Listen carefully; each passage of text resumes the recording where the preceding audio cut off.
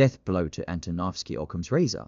This principle suggests that the simplest explanation is often the best as long as it sufficiently explains the phenomenon. Antonovsky's model of the sense of coherence requires a broader analysis of multiple existential aspects, making it complex and less practically applicable.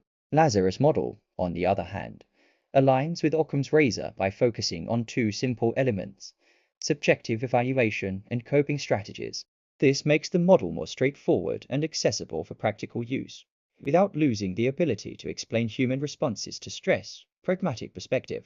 Antonovsky's theory of the sense of coherence is challenging to apply in practice, as it requires a deep and comprehensive understanding of several existential aspects of a person's life, including meaningfulness and comprehensibility. Lazarus' model, however, is more pragmatic, as it directly addresses and works with the individual's concrete stress response and coping strategies, making it far more accessible and useful for therapists and counselors in everyday settings.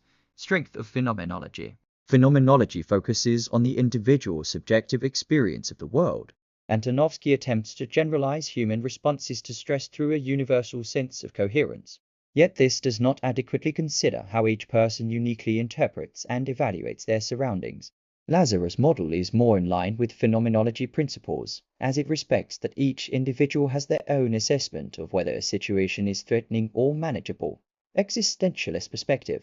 Existentialism emphasizes individual freedom, choice, and responsibility in creating meaning. Antonovsky's model can be seen as restrictive, as it assumes that meaningfulness, comprehensibility, and manageability are essential to handling stress, which can seem deterministic. Conversely, Lazarus' model provides the individual with the freedom to choose how they will assess and respond to a stressor, supporting the unique human ability to create meaning and take responsibility in any situation.